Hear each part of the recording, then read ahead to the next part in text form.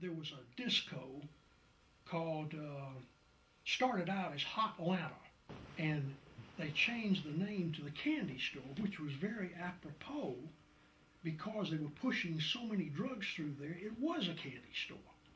One of the owners was a client of mine named Seymour. Seymour owned a dive on Peachtree right at 10th Street. Now this is really dated. This is back when you could literally park on Peachtree. There were parking meters on Peachtree. Now that's going to require some imagination. People, they say, man, there ain't no way you could park. But you could. You could park. Well,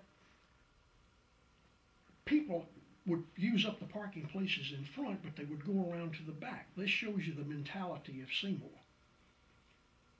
He's in there one day, and they had a thing, I don't know whether it's still in existence or not, but I would think so, called the Fugitive Squad. So about once every week or 2 weeks, the Fugitive Squad would hit the place, and it was called the Zodiac Lounge, which we use in the screenplay.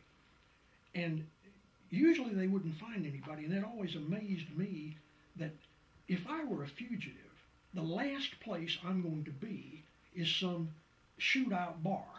I'm not going to be there. I'm going to be in the woods somewhere. But they would go in and they would make a sweep, and occasionally they'd find a fugitive.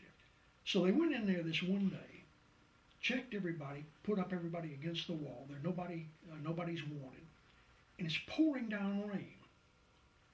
Seymour, in trying to curry favor with the cops, says, look, it's pouring down rain. Most of the police cars are parked in the back.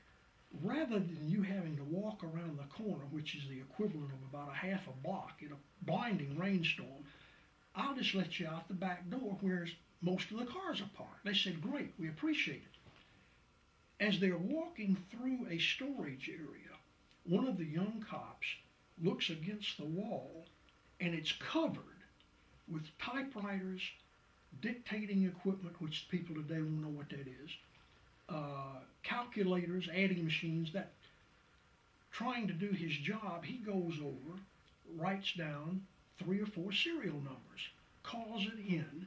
Everything in the room is hot. They bust Seymour on the spot.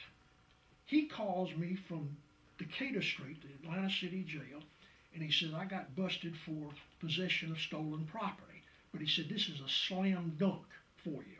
I said, great, because I could use a slam dunk.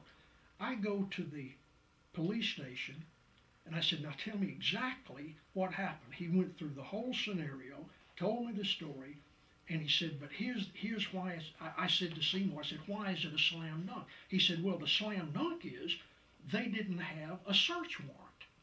I said, Seymour, you dumb bastard. I said, you invited them into the storage room. They didn't need a search warrant. So I said, you're going to pull 3 years. I said, that's what you get for watching too much Perry Mason. So Seymour goes to Reidsville for about 3 years for possession of stolen property. But when he gets out, he gets tied up with the candy store, and he did quite well after